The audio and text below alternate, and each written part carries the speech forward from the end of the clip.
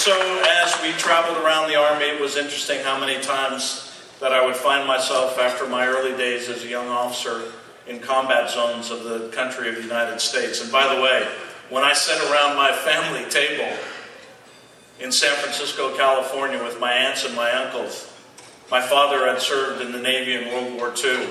My uncle had served at Guadalcanal. Another uncle had fought in the Battle of the Bulge.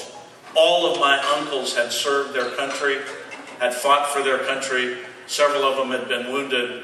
But there was no doubt to them that this great land, America, was worth fighting for, and that the freedom and the prosperity they enjoyed could only be obtained by being willing to fight for it. And that inspired me.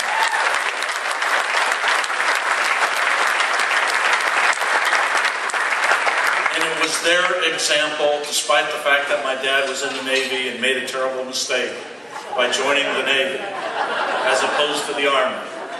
Despite that, they inspired me to become a soldier and to serve my country. And throughout that period, in every combat zone that I fought in, there was always at some point or another a Lebanese American that would serve next to me. This wasn't just a happenstance, it always seemed to happen.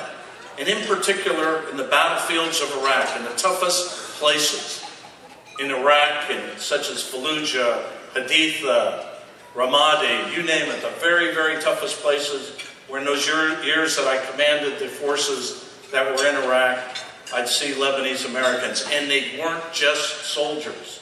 They weren't just young men and women in uniform. They were people from Cleveland, Ohio, that decided that they had to help make the Middle East a better part and a better place.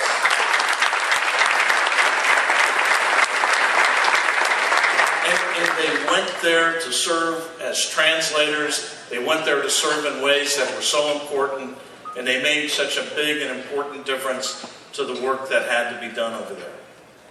Well, look, I've talked a lot tonight about the United States, but it's also important for me to say a few words about Lebanon and the Middle East. We know that the Middle East is in a tough, difficult period in its history.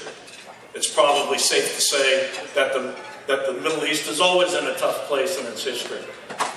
But it's true to say that there will be no peace in the United States or in the Middle East without the full involvement and complete support of American power so that the right things will happen there. How that will be done will have to be determined by our political leaders. But to think that we could abandon the Middle East and let it fall prey to the difficult and dark forces that exist out there would be a terrible mistake. We must help Lebanon achieve its full and true independence.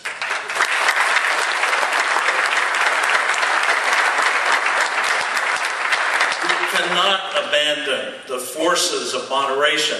We cannot abandon the forces of freedom, and we won't. Communities like yours, soldiers like me, people like these young men and women that are serving in uniform today, we've all fought very hard to achieve what needs to be achieved. But it isn't over yet, and it will require more sacrifice, more support, more opportunity to help people in that part of the world in a way that is good for them and good for our own country. We know that the Lebanese American community and connection is strong.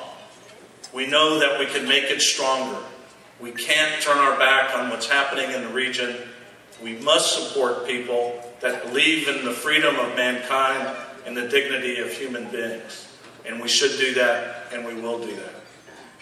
So in closing, ladies and gentlemen, I am honored to be a Lebanese American.